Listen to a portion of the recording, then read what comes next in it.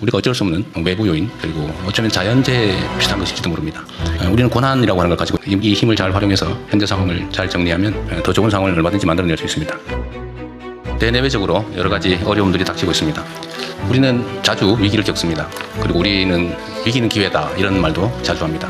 위기가 닥쳤을 때 그 위기를 제대로 이겨내지 못하는 것은 무능한 것이겠죠. 위기를 극복하는 것은 당연한 것입니다. 위기를 기회로 만드는 게 진짜 실력입니다. 위기가 닥치면 변화를 수용할 마음의 준비가 갖춰지게 됩니다. 소위 말하는 기득권도 저항하기가 쉽지 않게 되죠. 그래서 이 위기 상황을 기회 요인으로 바꾸는 거, 이게 정말 우리가 해야 될 일입니다.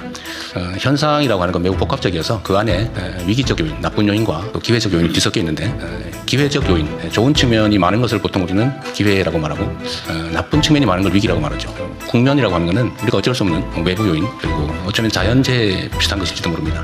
근데 이 중에 나쁜 요인을 최소화하고 좋은 측면을 최대한 키우면 위기 상황이 기회 상황이 되기도 한 겁니다. 우리는 고난이라고 하는 걸 가지고 있기 때문에 있는 상황을 잘 정리하고 그 중에서도 위협 요소, 나쁜 요소들을 최소화하고 또 좋은 요소를 극대화할 그런 힘이 있습니다. 이 힘을 잘 활용해서 현재 상황을 잘 정리하면 더 좋은 상황을 얼마든지 만들어낼 수 있습니다. 그게 저는 진정한 실력이라고 생각합니다. 우리는 이제 예를 들면 무슨 시험을 볼 때 시험 문제가 어려워지면 낙담을 하고 시험 문제가 쉬워지면 좋아하는 경향이 있죠. 근데 자세히 제3자적 관점에서 보면 시험이 어려워도 모두가 똑같이 어려운 거지 나만 어려운 건 아니에요. 시험이 쉬우면 다른 사람도 마찬가지로 쉽습니다. 결국은 평소에 얼마나 준비했느냐에 따라서 결과가 결론 나는 거죠. 갑자기 시험이 쉬워져서 내가 좋아지는 거 아닙니다. 지금의 국제 상황도 모든 국가들이 겪고 있습니다. 우리 뜻대로 그 상황을 피할 수도 없습니다. 그러면 결국은 피할 수 없으면 즐겨라, 이런 말이 있는 것처럼 현재 상황을 냉철하게 잘 분석하고 수용하고 그 속에서 기회 요인을 극대화하면 오히려 우리가 더 나은 상황으로 나갈 수 있다. 상대적인 것이라고 생각합니다.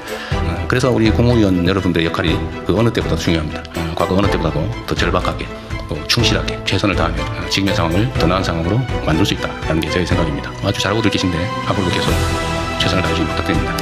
중동 지역의 긴장이 심화되면서 에너지 수급, 해운 물류, 금융시장 등 세계 경제 전반으로 불확실성이 빠르게 확대되고 있습니다. 지금은 이러한 외부 충격이 민생과 경제 산업에 미칠 영향을 최소화하는 데 모든 국가적인 역량을 총동원해야 되겠습니다.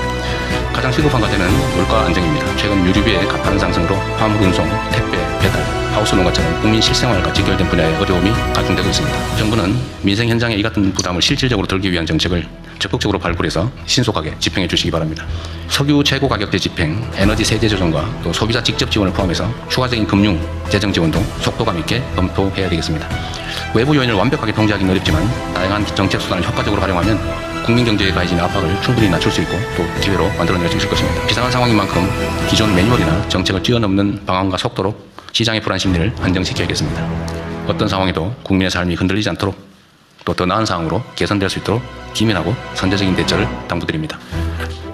어제 새벽 UAE에 체류하던 우리 국민 203명이 전 세계로 귀국한 데 이어 오늘 새벽에는 카타르 비상항공편으로 우리 국민 322명이 무사히 입국했습니다. 환하게 웃으며 인사하는 귀국 국민과 가족들을 보니 저도 안심이 됩니다. 외교부의 노고가 크는데 수고가 많으셨습니다. 또 전폭적으로 협력해준 UAE와 카타르 정부에게도 감사 말씀을 드립니다. 그러나 아직 현지에는 많은 국민들이 남아 계십니다. 관계부처는 파견 중인 정부 합동 신속 대응팀을 중심으로 모든 국민들이 한 분도 빠짐없이 안전하게 대피하실 때까지 긴장의 끈을 놓지 말고 최선을 다해주기 바랍니다. 전세기 추가 투입을 필요해서 필요하면 군용기 활용 방안도 적극 검토해야 합니다. 안전한 인접 국가로의 육로 이동도 서둘러 주시기 바랍니다. 특히 불가피하게 현지에 머물러야 하는 필수 인력의 안전 또한 각별하게 챙겨주기 바랍니다. 꼼꼼하고 신속한 대피 계획 추진을 당부드립니다. 오늘 보고 토론사항에 있기는 합니다. 지난 22년에 발생한 전세 사기 사태로 여전히 많은 국민들께서 어려움을 겪고 계십니다. 스스로 유명을 달리한 피해자도 파악된 것만 7명에 이릅니다.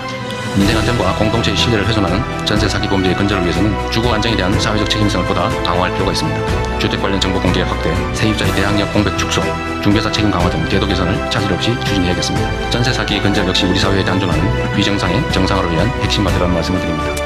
그리고 각 부처 소관 업무 중에 아마도 우리가 좀 정상화해야 될 과제들이 상당히 있을 겁니다.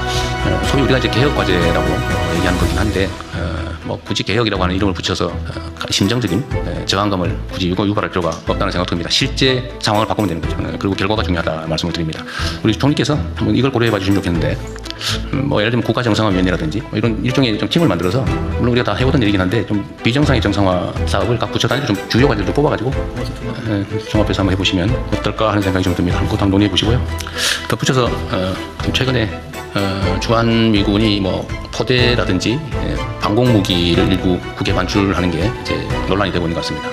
우리 정부 입장에서는 주한미군의 역할이 한반도 안정과 평화에 전적으로 기여하기를 기대하고 또 지금까지 그래 왔다고 생각합니다. 그런데 상황의 전개에 따라서 또 주한미군이 자국의 군사적 필요에 따라서 일부 방공무기를 반출하는 것에 대해서 우리는 반대 의견을 내고는 있지만 또 우리 의견대로 전적으로 관철할 수 없는 것도 엄연한 현실입니다. 그런데 하나 생각해 봐야 될 것은 그로 인해서 우리 대북 억지 전략에 무슨 장애가 심하게 생기거나 그러느냐라고 묻는다면 저는 전적으로 그렇지 않다라고 말씀드릴 수 있습니다. 우리가 객관적으로 볼 때 대한민국의 군사 방위비 지출 수준은 전 세계적으로 봐도 매우 높습니다. 그리고 우리의 국방비 지출 수준, 총액 수준이 연간 국방비 지출 수준이 공식적으로 보면 북한의 1년 국민 총생산의 1.4배에 이른다는 통계도 있습니다. 우리의 국방비 지출이 북한의 연간 GDP보다 1.4배가 높다 그런 얘기죠. 그리고 객관적으로 국제기구가 평가하는 군사력 수준도 전 세계에서 5위로 평가될 정도로 대한민국의 군사 방위력 수준은 높습니다. 객관적으로 비교하면 북한과 엄청난 차이가 있죠, 실제로. 물론 거기에 이제 북한 핵이라고 하는 특별한 요소가 있긴 합니다만 재래식 전투 역량, 군사 역량으로 따지면 비교할 수 없을 정도로 압도적이다라는 건 분명합니다. 사실 국가 방위는 국가 단위로 스스로 책임져야 되는 거죠. 어딘가에 의존하면 그 의존이 무너질 경우가 있죠. 그럴 경우 어떻게 할 겁니까? 우리는 언제나 최악을 대비해야죠. 국방비 또는 군사비 지출도 사실 마찬가지입니다. 당장에 전쟁이 벌어지기 때문이 아니라 혹여라도 있을 만약의 사태를 대비하는 것이죠. 그런데 혹여라도 있을 외부적 지원이 없을 경우에 그럼 어떡할 거냐를 언제나 생각해야 됩니다. 가능성이 매우 낮은 우리가 전쟁에 일상적으로 대비해야 되는 것처럼 국제 질서의 영향에 따라서 외부의 지원이 없어질 경우 우리의 뜻과 다르게 우리의 의지와 다르게 그럴 경우는 얼마든지 발생할 수 있죠. 그럴 경우에도 우리는 자체적으로 방해할 수 있는 소위 자주 국방 역량을 충실히 갖춰야 되고 저는 우리의 국방비 부담 수준이나 또 대한민국의 방위산업의 발전 정도 또 국제적 군사력 순위나 이런 객관적인 상황 거기다가 우리 국군 장병들의 높은 사기 그리고 책임감 이런 것들을 고려하면 국가방위 자체에 대해서 우려할 상황은 전혀 아니다. 또 그렇게 만들어야 된다 이렇게 생각합니다.